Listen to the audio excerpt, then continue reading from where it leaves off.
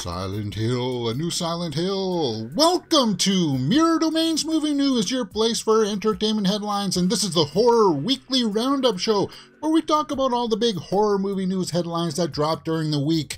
And what's on today's docket? Well, we got some new updates from Megan. That's going to be shifting release dates.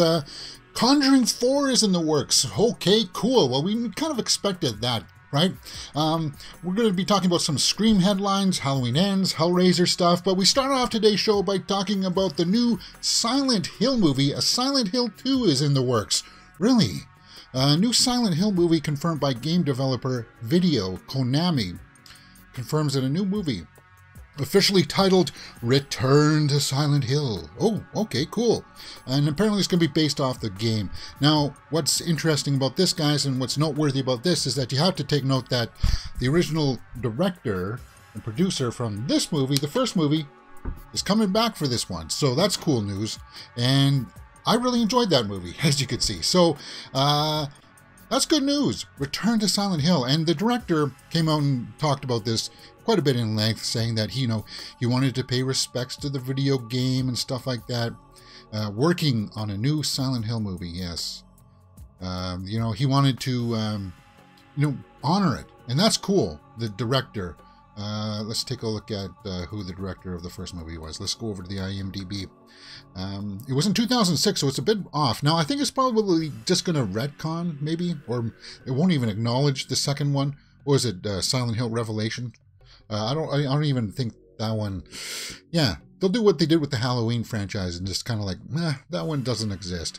But Christoph Gans is going to be helming this one. And I really enjoyed it, so let's take a look at his resume here quickly. Christoph Gans. As a director, well, before Silent Hill, well, hey, actually, he hasn't done that much. Beauty and the Beast, 2014. 2014, Beauty and the Beast. La Belle and Bête. Some French version of it, right? Okay. But he did the first one, and it sounds like, okay, if he respected the first one, and I like the first Silent Hill, I got no problem with that. What will it be about? Well, it'll be based on the story of Silent Hill 2, and will be more of a psychological horror. Yeah, and that's good. But you know what?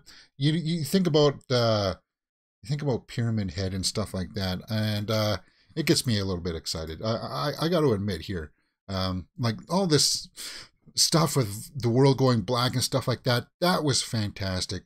Who was this? It's Radha Mitchell, right? Was playing in this movie. So I don't think we have to follow that storyline, but you're definitely gonna see Pyramid Head for sure. Like, I mean, he's the big draw. It's like all of this stuff. Like, say what you will about the visual effects back then. I just thought this was just a fantastic movie, and man, I should really rewatch this movie. Maybe we should do a full live watch along for Silent Hill, because personally, I believe that it's probably one of the best video game to movie adaptations out there, guys. I honestly think that. Oh yeah, it's got the girl from Walking Dead in it, who dies brutally. Very, very brutal. And what else was there? There was that nurse scene with all those weird nurses in it. It was cool, man. I dug it. Yeah.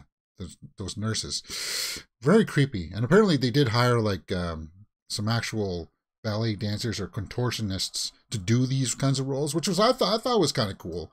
But a Silent Hill 2 is there's definitely more there that you could do, because it was a creepy movie, man.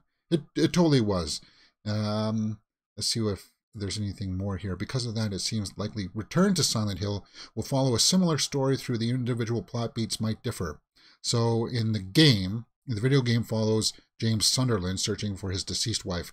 Okay, so maybe, well, it was the Sean Bean character, but it will be a little bit late for that. And they kind of tried to do that in Revelations, right? But nah, just move on from that. Who knows? Yeah. The revelation that Return to Silent Hill. I see what you did there. Revelation. Yeah. Return to Silent Hill will be based on Silent Hill 2. Including the iconic Pyramid Head, which will be updated to be more modern. Well, you know what? And you know what's cool about that is that, because we recently did have the Hellraiser movie out, guys, and they could definitely update some of those visual effects, because that's very Cenobite like, kind of what happened there with that toilet. Oh yeah, I don't know. I just, the imagery of it was breathtaking, and of course, yeah, Pyramid Head for sure. It's just it was just cool to see that come to life and have that on the big screen, guys.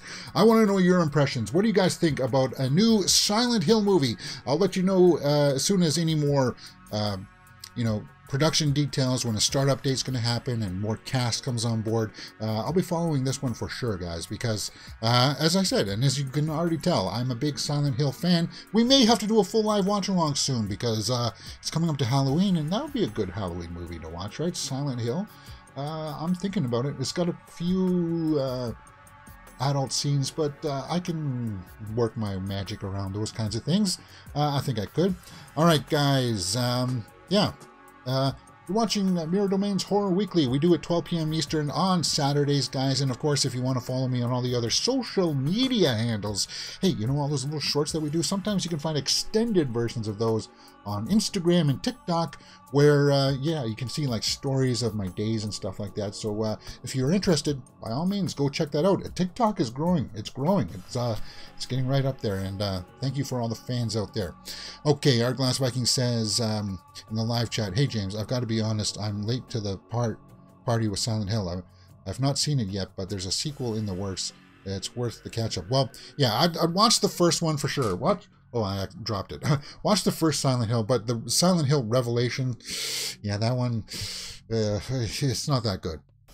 It's not. They try to advance the story by having the older, younger girl, the ghost girl. Yeah, it just wasn't very well executed. But the first one was good, and we probably next Saturday, yeah, we'll watch Silent Hill. I just wasn't prepped for it this week. Until I saw some of those images again of Pyramid Head. Yeah, let's take a look at that again, because that's just cool stuff, man. Pyramid Head, and his big sword. Ah, yeah, it was so well done. The makeup for it was really cool. So, yeah, we'll do that next Saturday, and I'll build up to it during the week when we go through all the other shows and stuff. I'll build up to that. But I want to know your guys' thoughts. Silent Hill, what do you guys think? I think it's cool. I certainly do. The other big headline was Conjuring 4. Conjuring 4. Well, I think this was pretty much a no-brainer, right? Because the Conjuring franchise is fairly popular. The Conjuring 4 is in works, a new line with Aquaman and Lost Kingdom writer David Leslie Johnson Galdrick. Mick Galdrick. That's a long name, dude. Shorten it up. We'll pen the script with James Wan and Peter Safran. Ooh. Yeah, if we shortened it up, maybe it would be a disgrace to his family and his heritage. But, well, whatever. You know what? The film-making team behind every film in the Conjuring universe will be back to produce the horror thriller. Now, The Conjuring, The Devil Made Me Do It was not that well received. But, well, and we haven't seen Aquaman and the Lost Kingdom before. But, you know, well, Patrick Wilson is going to be in that movie. As long as it has the Warrens. Because it's truly... Patrick Wilson and Vera Farmiga have the absolutely fantastic chemistry. They do. And I want to see more of them. For sure. The Nun 2 is filming right now, so that's still part of that franchise. James Wan is going to be producing, so there you go. Try to tell Arnold to shorten his surname, Our Glass Viking says. Yeah. Well, it's not the length of the name. It's how many names are in your name, right? Like people who have like 5 middle names still pronounce all their middle names. It's kind of like, come on, dude. I don't know. It reminds me of that episode of The Simpsons where they ask Apu to go by a different name. And he's like, ooh, that would be a disgrace to my parents and my God. But yeah, oh, well, whatever. You know what? No other details than that right now, guys.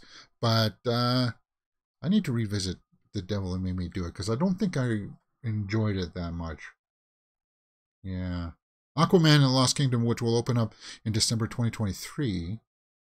Warner's clearly likes the cut of his jib, but also hired him to deliver a draft sequel to Flash. Oh, so this is the guy who also did this Flash sequel too. Okay. And that apparently is all written for the Flash too. And now he's going to be writing Conjuring 4. Okay. Guys, you know what? It's just one of those things. They've made money. So the Conjuring franchise is definitely going to be going strong for sure. Well, as you can see, because they're making The Nun too. And once more details come out about that, we'll be following that up here on the Horror Weekly for sure. What's next? Hollywood Reporter as the scariest movies. Critics picks 15 scariest movies of all time. Ooh, what do you got in store for us here? Well, I see that maybe The Shining's on that list. Halloween would be on my list. That would be on my list for sure. Well, maybe not scariest, but I mean, like, they are horror movies. So, yeah, for sure, they would be on my top 15 horror movies for sure. Let's see how would you compare your list with what they have here? It's the critics, though. So we'll have to take this with a little bit of a grain of salt, I suppose. Or Ringu, 1998. That's the Japanese version of The Ring. Now, I haven't watched that version, but I hear that it's much more of a psychological angle to it than an actual kind of in-your-face scary like the North American remake with Naomi Watts, which I actually really liked. But it hasn't aged well because it dealt with like videotapes and stuff like that. So they'd have to update that with maybe instead of videotapes, it would be watch this YouTube video and this girl will haunt you. Yeah, something like that. Okay, that was 15. I could see that. Deliverance, 1972. No, I like Deliverance. It's probably one of the few Jon Voight films there that I liked. Because he's kind of gone a little bit crazy here in his old age. But Burt Reynolds was great in this. Ronnie Cox playing the guitar to open up the movie and set the tone. That was really cool. Was that scary though? The pig scene, yeah, I suppose. But it was just, I like this movie because it was a good character study. It was a good situation as to what would you do in that situation, man? What would you do? And I guess sort of that's scary, but I wouldn't put that on my horror list. It's just, it's one of those movies that you have to watch in your lifetime, right? To understand that that's good filmmaking, that's good acting, they're making a statement. And that was in 1972 when they made that movie. So they made a huge statement there, and I commend all those guys in there. So, was it Ned Beatty's not with us anymore? So, and neither is Burt Reynolds, right? So, Ronnie Cox is up there in age too. Yeah, good movie, but I don't know if that would be on my list. Paranormal Activity, yeah, for that, a lot of people there. That first one definitely had a lot of scares in it. It's funny, my girlfriend at the time, we finished watching that movie, and then the first night, I think she got up to go to the washroom or something, and I heard it, and you know when you hear that, and you're kind of like, she came in and just stood over the bed, and I was like, oh, it creeped me out. She got me. All right, The Vanishing, 1988. Oh, The Vanishing. That's that French movie, right? Where a couple is out on vacation and then she vanishes at a gas station, and the boyfriend becomes obsessed to find her. And the American version that I actually prefer, and I'm in the minority in that because The Vanishing has a very downer ending. But basically, he goes out trying to find out what happened to her. The guy who kidnapped her contacts him, and then there's kind of like a jousting there, wits and stuff like that. And then in the American version, it was Kiefer Sutherland and Jeff Bridges played the guy who was the kidnapper, and he did a fantastic job. That's why I like the North American version. And Sandra Bullock, oddly enough, was the girlfriend that got kidnapped. That was a good movie too. Okay, all right. Psycho, 1960. Yeah, that's a popular one that people will put on there. A lot of these are psychological ones, though, right? Psychological. Rosemary's Baby, Roman Polanski. It's Roman Polanski, so I know some people give him a pass on some of these earlier films, but I still don't. The only Roman Polanski film that I give a pass to is The Ninth Gate with Johnny Depp. And I know a lot of people give the pass to him on Rosemary's Baby, but it's kind of like, it's the cult kind of thing, and it's kind of like, well, is it the son of Satan, or is it not, or what's going on? That one, if I'm going to watch a Roman Polanski movie, though, I would be watching The Ninth Gate, which we still, maybe we'll do a full live watch along for that one, too. Oh, The Strangers, really? The Strangers? 2008. You know what I'm finding here? Other than Ringu, all of these seem to be like people, like man versus man horror. It's like home invasion, It's well, with Deliverance definitely that kind of thing. You know, people chasing you are yeah, yeah, that kind of thing. Cults, um, like a Psycho in the Shower kind of thing. Yeah, I'm not seeing a lot of other kind of types of horror, um, like Hellraiser or anything. Don't Look Now. No, no, no. That's that one with Donald Sutherland where like his daughter gets killed by some lady in a purple raincoat or something, or his daughter's wearing a red raincoat. That one's not that scary, guys. Halloween, first Halloween, 1978. Yeah, that'll be on the list for a lot of people. That's a given one, right? Sallow or 100 Days of Sodom. Never even heard of it. 1975. And I call myself a horror aficionado, and I don't know this. Again, this is the kind of thing. It's just kind of like the Deliverance kind of thing. I wouldn't really consider this a scary kind of thing. I think I do remember. Sallow sounds familiar. Something about the brutality of it. Maybe that's why it was so. I don't know. This is the critics, though, guys. Shining, okay, that's the fifth one. And again, that's the psychological thing, right? The father goes mad and tries to kill his family. It's great, but I want to see a change of different kinds of tones. Where's the Nightmare on Elm Streets? Where's the Friday the 13th? The Exorcist, okay, well, that's a little bit of a demonic possession. Okay, I'll give you that one. Blair Witch, found footage. That wouldn't be on my list. That's the third scariest movie. I don't know about that. Texas, okay, there you go. Finally. Well, then again, that's a slasher. That's man versus man kind of stuff. Yeah, it would be on my list for sure. On the second place, Texas Chainsaw Massacre, 1974. Yeah, that would be on my scariest movies of all time, especially just because you don't realize how shockingly brutal it's going to be, right? Yeah. And Funny Games is number one, 1997. See, this is exactly like Strangers, though. It's like home invasion. These two people come in and they torture the family. Well, why not put I Spit on Your Grave or something like that instead? You know, Wolf's Creek and Hitcher were more scary. Wolf's Creek, yeah, definitely was. Like, that's man chasing you kind of thing, if you're going for those motifs. I know that Funny Games has that brutal kind of weird ending to it, and that is a hook for a lot of people. And being trapped in your own house and not being able to do anything, I don't know. I still think that I could have maybe have done something in those situations. And when I mean I'm going to do something, it means I'm going to sacrifice myself, my life, my body to save my family, right? That's what I mean by I'm going to be able to do something, right? Because I don't care if you cut me or stab me through. I'm still going to make sure that I get on top of you and I squeeze until, yeah, that's what I would do. You can cut and, yeah. It'd be like I'm a bear. You'd try to do something like this to my family and I would turn into an absolute savage. But, you know, guys, it's just a critics list. What do you think about that? The 15 scariest movies of all time. Where do you guys rank yours? I just thought it would be kind of interesting to take a look at this list. Okay, where are we at, guys? I hope you're enjoying the show today.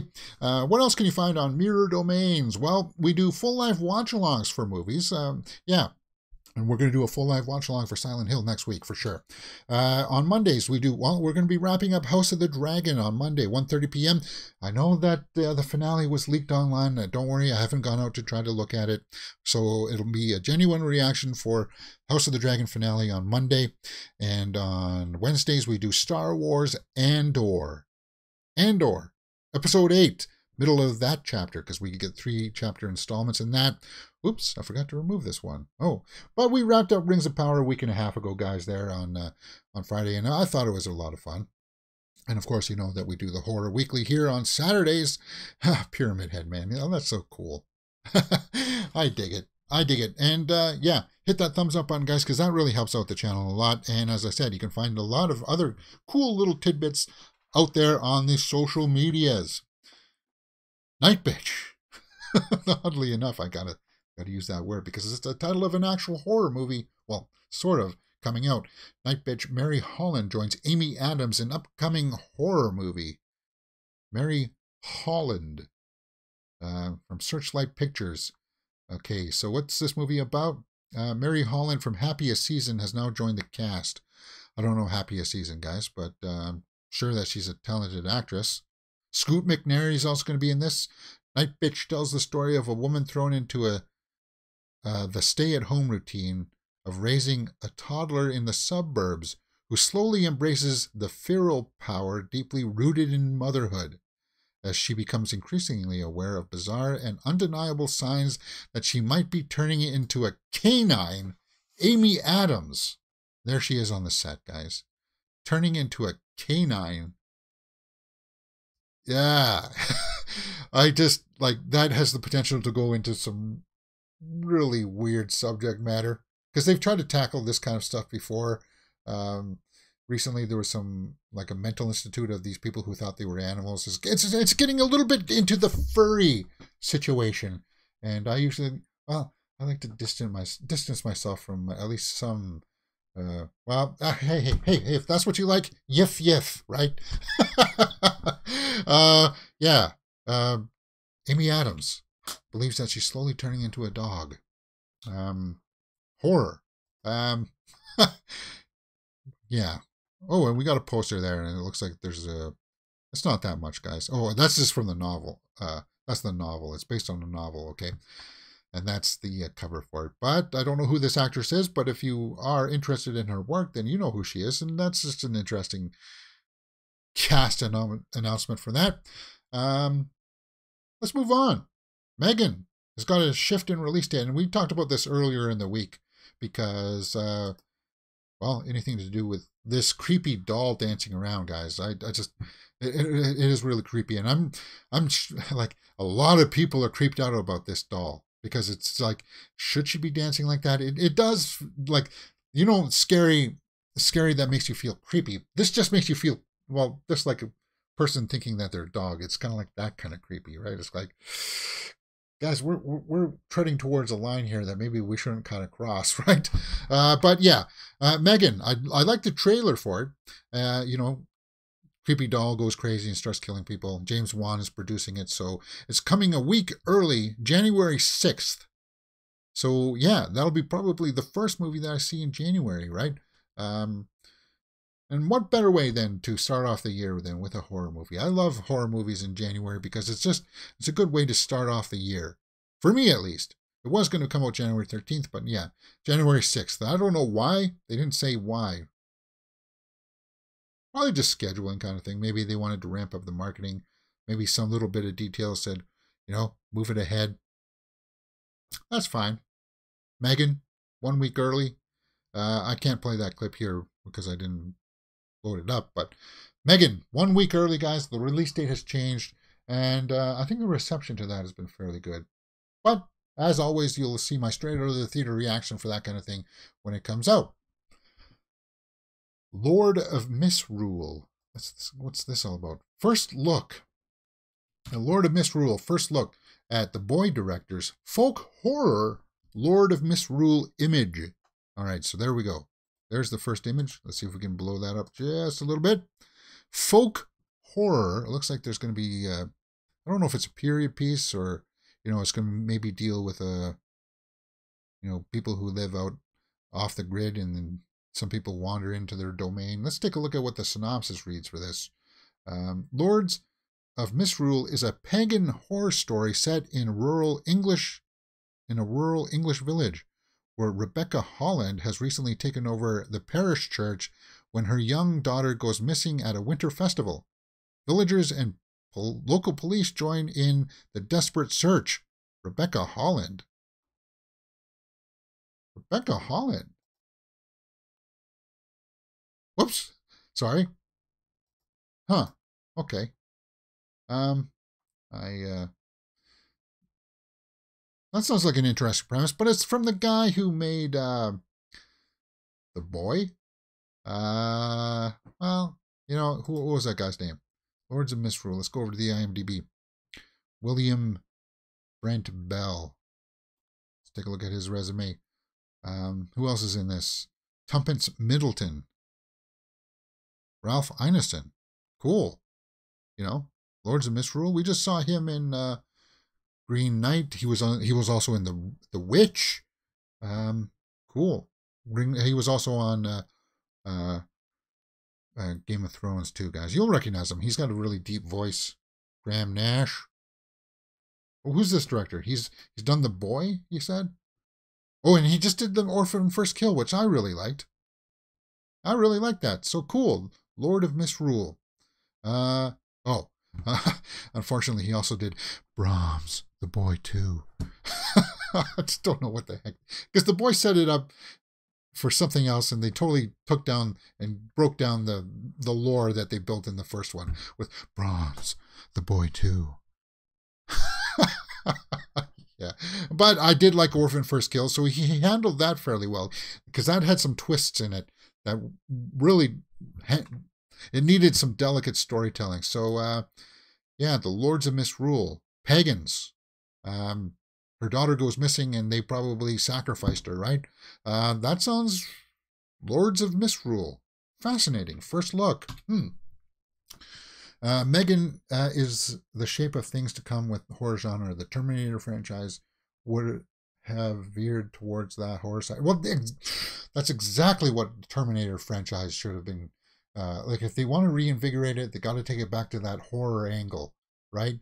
Of like that unstoppable machine coming to you, instead of it always being like these loud, bombastic action sequences. Yeah.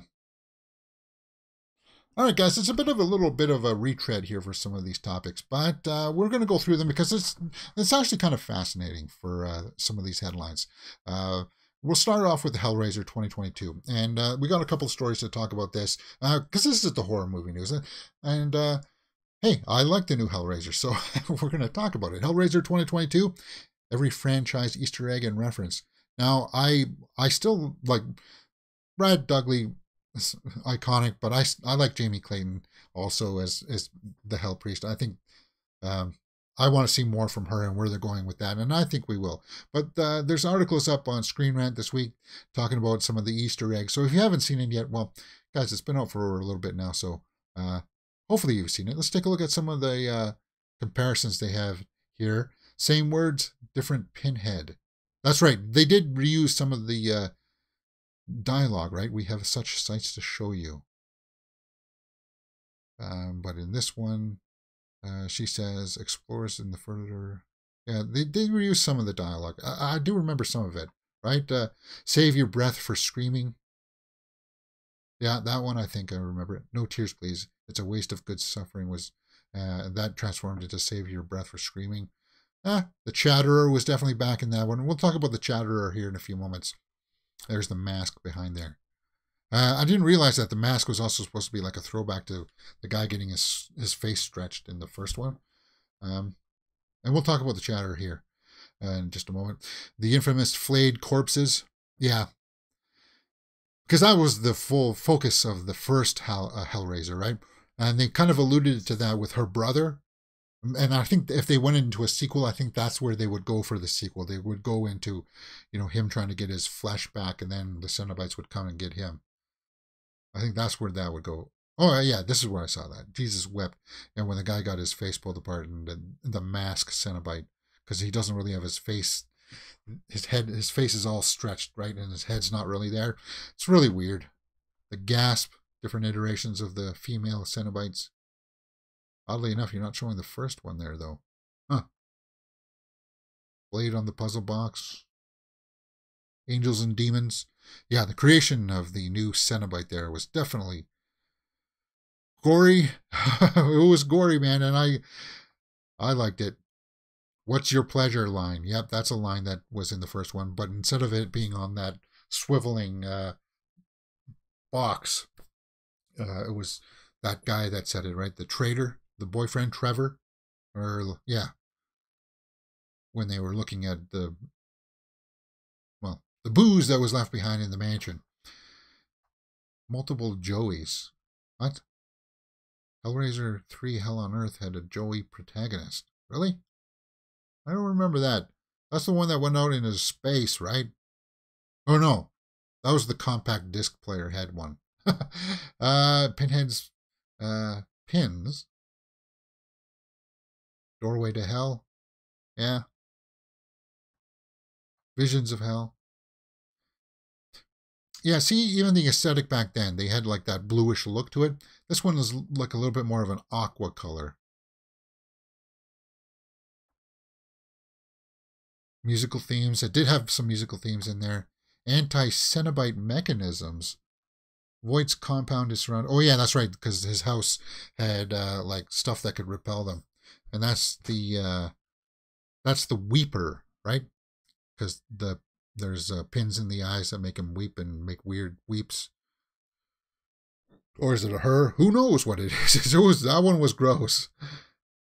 Sexuality there, yeah, they talked about that kind of stuff. Pleasure, because it was Voight that he wanted pleasure or sensation, right? And he got. It's kind of like that monkey spa. You make a wish, but you don't really get the wish that you want. It's something terrible, right? That's what they were doing in the reboot. What are some other headlines out there? Why Pinhead sacrifices the Chatterer? Yeah, we saw that. People said that kind of breaks the rules, but I didn't really think it did. I just thought it was kind of a cool twist, and shake it up a little bit, for sure. Chatterer's death in Hellraiser was a franchise first. No. What are you talking about? Including Cenobite on Cenobite, human on Cenobite. But the Chatterer's death represents the first Cenobite on Cenobite. No. The Doctor was a Cenobite, right? In Hellraiser 2. Or some people say that he's like the what do they call that? The controller of the Leviathan, and that he's not really a Cenobite. But he still looks Cenobite-ish to me, and he killed all of them. Man, I liked Hellraiser 2. The Doctor was creepy, man. That's what. Yeah, I don't know what they're talking about, because we know that the Chatterer kind of exploded there, right? He kind of got pulled apart by the Hell Priest, and talking about that. The Chatterer actor hopes to return for a sequel. Well, we know that that's not going to happen, right? Jason Lyles, but because of all the makeup, he can still play another Cenobite. Why not? I hear that the prosthetics were tough to get on and stuff like that. Jason Lyles expresses interest in reprising role of the character. Yeah. Yeah, and he's got a long quote on there, guys. You can read that. That's up on Screen Rant. I don't think that. Yeah, it won't make a difference because he can't really see his face. It's all about the makeup. Good. I don't think Chatterer will come back. We still don't know what happened. Well, yeah, Butterball could still come back, and the other female could come back, I think. But Chatterer is done. We haven't seen Butterball, right? Butterball wasn't in this one. That's the big guy with the glasses, the shades. We haven't seen that one. But those are just some of the Hellraiser headlines, guys. Hey, I've done the full live watch along. I've done a lot of little clips and snippets that you can find on social medias right there, my other social medias of the movie, my reactions to it. We had a lot of fun with that, and a lot of people are enjoying the fact that I put the full reaction up there on the channel. Just sync up your copy on the side, and hey, you can see my full reaction. Halloween ends. Some lingering headlines through the week came up about Halloween ends. And we'll start off with a little bit of a story about Halloween Kills here. About how the worst retcon was meaningless. Halloween Ends came out, and there was a big scene in Halloween Kills. Well, it wasn't a big scene, but he looks out the window of his house, right? And people really read into that for some reason. I don't understand it. Like he was remembering what he did, sort of kind of thing, and they were looking for certain meaning in that. And Halloween Ends retcon that, right? For some reason or somehow. One Halloween Ends Easter egg can be spotted among various newspaper clippings that Laurie Strode had on her wall. That the house, Michael Myers' house, was condemned and burned down. So he didn't go back. That's why he didn't go back to his house in Halloween Ends, right? Michael was apparently supposed to have like a strong connection to that, but yeah. Horror House of Haddonfield condemned. So some people that were looking to have like a loose end tied up with that, yeah, with him looking through the window and stuff. What was the point of Michael Myers' window staring in Halloween Kills? Then yeah, some people just they wanted closure on certain things, and Halloween Ends definitely did not do that. I said it on somebody's review the other day, and just yesterday, right?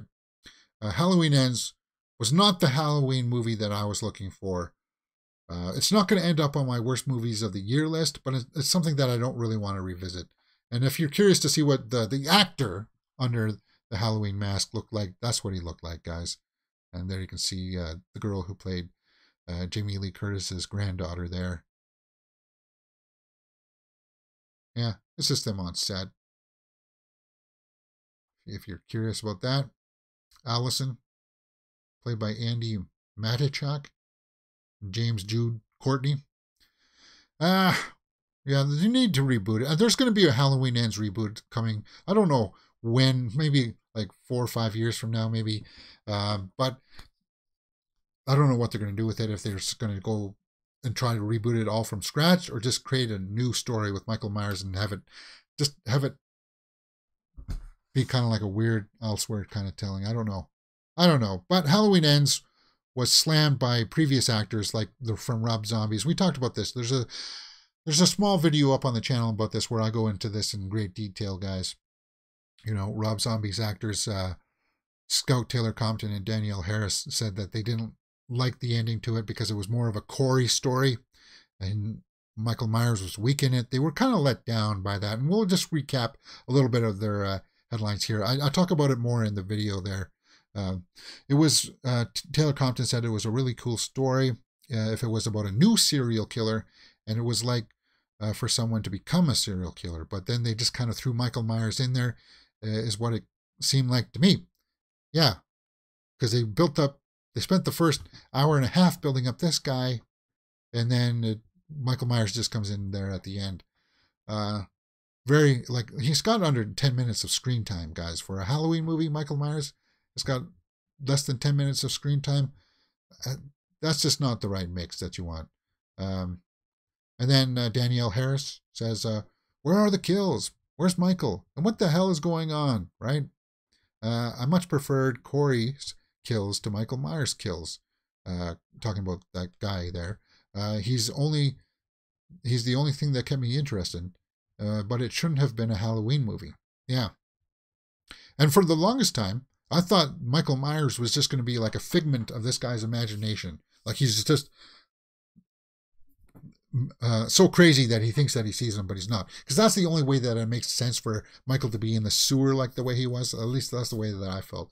But yeah, Rob Zombie's girls there kind of went after her after this movie. Michael was so weak. Yeah, they talk about old man Michael. I know how hard it was to make movies. I also don't want to offend anybody that made that movie. It's just our opinion. Now, I get when people have opinions about my movies and your movies. I get it. But you know what? They knew that. Here's the thing. As more details have come out, the writer and the director and producers knew that it was going to be divisive going into it. They knew that it was going to divide people. Then why make it, man? They could have easily transformed this script into just being about the birth of a new serial killer, and it would have nothing to do with, and that would have worked so much better than trying to shoehorn this in to cap off the trilogy of what they set up with the Halloween 2018 and Halloween Kills. It was a huge mistake to make that 4-year time gap, and that was a last-minute change that didn't pay off for them, and it's going to prove itself in the box office. For sure. Yeah. Halloween's actor Rohan Campbell, who played Corey, was warned about the movie's backlash because they warned him. And he's not the problem with the movie, guys. He actually turns in a good performance. I said that in my spoiler review last week, and I talked about that in my straight out of the theater reaction. No, did I say that? But anyway, I said it now. He wasn't the main problem. Jamie Lee Curtis was not the main problem. It was just all over the place. It was misguided, I felt, and they were warned about this. Corey can't handle the idea of that shape let him live.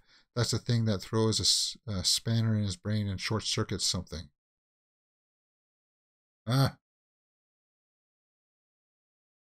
Yeah. But you know what? Here's the thing. I haven't encountered any of this toxic hate. I haven't. So I think it's just going to come and go, guys. That's what I think is going to happen. With the Halloween End stuff, it's this next week here is going to get buried by Black Adam and all the other releases, and people are just going to forget about it. If you want to go out and see something, go see Smile. Don't do things like the petition. Halloween Ends petition launched to reshoot the film following fan complaints. That's not going to happen. We know that that's not going to happen. If it helps soothe your wounds from Halloween Ends, go ahead and sign it, whatever. But it's not going to do anything. It's not going to accomplish anything. They want them to go back and reshoot. It's not going to happen. And how could you transform that movie into something better? You couldn't, because you spent an hour and a half building up Corey. You just had to. The only way you could make that movie better is, as I said, take out Michael Myers and call it something else. Redub some of the lines that, because this battle, it felt tacked on. It did, because the big showdown was between Laurie and Corey, more or less, than it was between Michael and... Yeah, I said my piece about that. It's just kind of funny that... I don't know what people think sometimes. Oh, a petition. That's going to work. This will definitely make them reshoot the movie. No, it won't. Not a chance. Not a chance. Okay, we got a couple of Scream headlines here, guys. This one was kind of fun. Scream. Aubrey Plaza. Aubrey Plaza recalls going full method for disastrous Scream audition. Now, we know that she does do some character acting, for sure, because I remember recently talking about Aubrey Plaza creeping out Robert De Niro on Bad Grandpa, where she's like a younger girl lusting over an old man. Yeah, and apparently she auditioned to be in a Scream movie. Let's take a look at her quote here.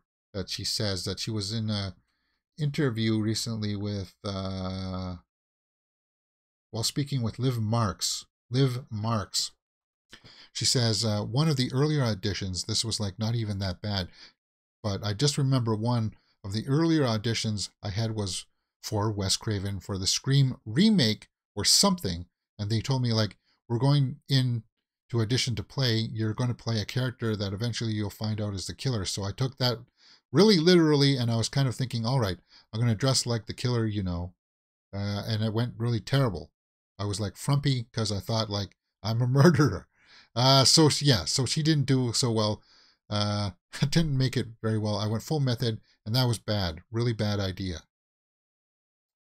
The whole point was that we're not supposed to know that you're the killer. That you're not supposed to know that you're killer. So which Scream could have she auditioned for? Well, obviously not the first one, if she said remake or reboot. But I think most people had figured out it was going to be for the fourth one, right? It wasn't going to be for the fifth one, obviously, because that was not the way that they were going to go, and Wes Craven had nothing to do with the fifth one. So he was involved with the fourth one, and that's what people have pretty much put together here, because it was going to be like the cousin of Neve Campbell's character, Sidney Prescott, right? And who was that? Was Emma Roberts that took that role eventually, and she did okay in that. But that's the only one logical one, right? Scream 4 is the only one that Aubrey Plaza could have auditioned for. Other than maybe Scream 3, instead of having the brother, having a brother, it would have been a sister. That's the only other one that I could think of. But I think Scream 4 was the one. And I like Aubrey Plaza. She's a little bit kooky, and I like it. I dig it, man. But what's the other Scream headline? David Arquette teases Dewey possible franchise return. Yeah, and if you haven't seen the fifth one, that's a spoiler of a headline. Yeah, Dewey bites the dust. He dies in the fifth one, rather brutally. And I thought that was, they didn't need to do that. But I guess since they ramped up, and actually they wrapped up number 6. So he was talking about this for comicbookmovie.com. Arquette says, I know it was really sweet to see the reaction of the fans. It was hard. It was a project I really loved being part of. The way they went off to do number 6, and I was like, okay, it's hard. It's something that's really close to my heart, but I love how they handled it. I think my character had a really good role in Scream 5 and had a lot to do. That was nice. We'll see. who knows? Anything is possible. I mean, how many movies have Jason and Mike Myers been in?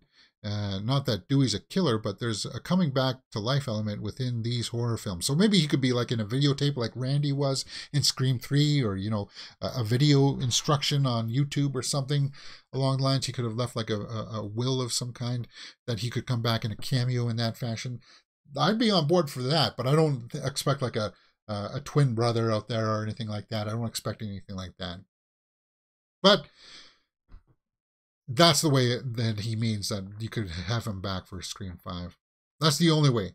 Because he was run through. It was pretty clear that he was dead. Unless you say that somehow he survived, which people would be, they would accept that, but they've already shot Scream 6, so he wouldn't be back for that. He would be back for Scream 7, and I don't know. Well, it really depends on where Scream 6 goes, right? It's going to take place in New York, so looking forward to that. 12:46, guys. We're moving along here rather nicely, I would say. Missing trailer. What's this? Missing. Japanese thriller from Bloody Disgusting and Dark Star Pictures arrives next month. Missing. Apparently it's about some kind of a serial killer, right? Japanese thriller. So it's going to be subtitled, it looks like. Is the crime thriller Missing? Well, the trailer begins with a nail-biting game of cat and mouse. Depressed and in debt following the death of his wife, Santoshi tells his young daughter he has found a way out. Pointing to a reward note, he vows to find the infamous serial killer No Name and cash in, claiming to have seen the man in the flesh a few days earlier. Kaida cannot take her aloof father seriously. But when he goes missing without a trace, she starts to fear the worst and must begin looking for him. Well, that premise sounds actually kind of cool. I kind of actually want to check out this trailer now. And I think that's precisely what we are going to. Guys, we'll block it there. And I'll chop that out, guys. Yeah, I'm going to have to chop that out.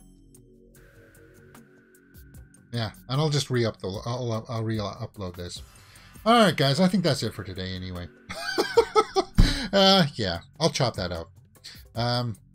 Welcome, and join us next Saturday. It wasn't much. It was just a girl tied up, and I should have watched the trailers, but I should have screened it. There was no nudity there. It was just, you could just tell that she was naked. I'll cut it out anyway. It wasn't that horrific. I don't know what the heck was going on, but I'll cut that out. All right, guys. That's it. You're watching Mirror Domains Movie News Weekly, Horror Weekly. Hit that thumbs up button and subscribe. There'll be some more videos published later on. Hit that thumbs up button, and I'll see you next time on Mirror Domains.